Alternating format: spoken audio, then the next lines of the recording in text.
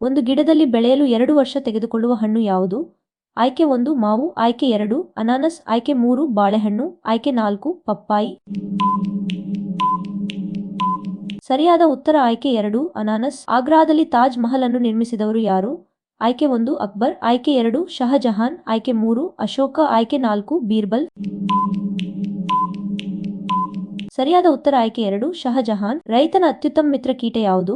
ಆಯ್ಕೆ 1 ಸೊಳ್ಳೆ, ಆಯ್ಕೆ 2 ಎರೆಹುಳು, ಆಯ್ಕೆ 3 ಸ್ಪೈಡರ್, ಆಯ್ಕೆ 4 ಆನ್.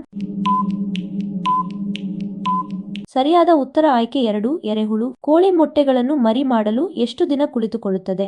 ಆಯ್ಕೆ 1 7 ದಿನಗಳು, ಆಯ್ಕೆ 2 14 ದಿನಗಳು, ಆಯ್ಕೆ 3 21 ದಿನಗಳು, ಆಯ್ಕೆ 4 30 ದಿನಗಳು.